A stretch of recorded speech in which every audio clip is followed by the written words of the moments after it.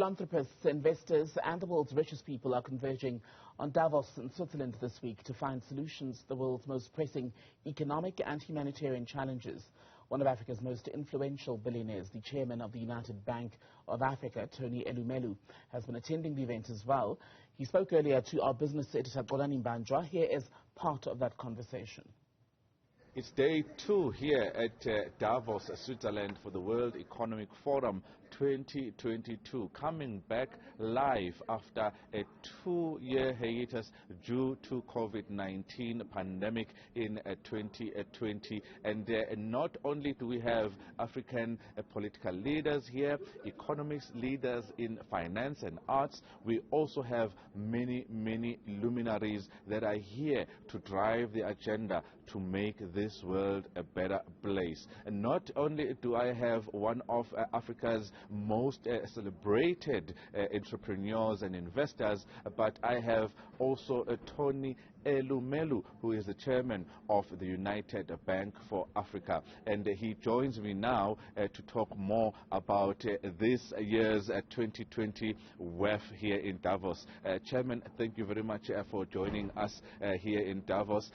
Let's start here, sir. You were recently in the U.S. You were touring the U.S., really trying to drive the message home in that part of the world about our own continent and what we offer. Tell us a little bit more about what you were there to do and how successful you have been. Africa in the 21st century needs to develop very fast. And I thought it was important that our friends across the world, especially our Western friends, that they understood that in the 21st century, the narrative on Africa, the conversation they should engage with Africa should change. Let's reimagine a new Africa, Africa that is an understanding of Africa that's full of young, talented, energetic people. Africa that is full of people who want to excel, do well in life, but unfortunately are constrained by lack of opportunities.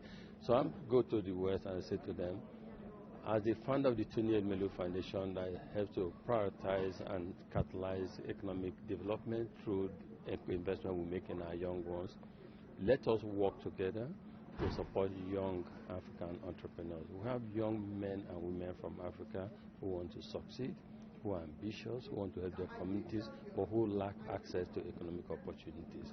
And this is one of the reasons we have crisis in the world. So I said to them, partner with us, team up with us, and let's scale up what we do at the Tony Elumelu Foundation. Every year, we support 1,000 African entrepreneurs all across the 54 African countries. But we have realized that intent, that will to support and help democratize life in Africa is not been achieved, because we have over 350,000 young African men and women who apply every year to get placement. But they don't get because we are constrained. We, family, committed $100 million to support these Africans. Mr. Elumelu, thank you very much for your time. There you heard it from the chairman of the United Bank for Africa, the only African bank that is deposit-taking in the United States. And it has grown in leaps and bounds. And he says without any digital innovation and support for that digital innovation in Africa, there will be difficulty in economic growth on the continent. For Newzroom Afrika on Channel 405, I'm Xolani Mbanjwa in Davos, Switzerland.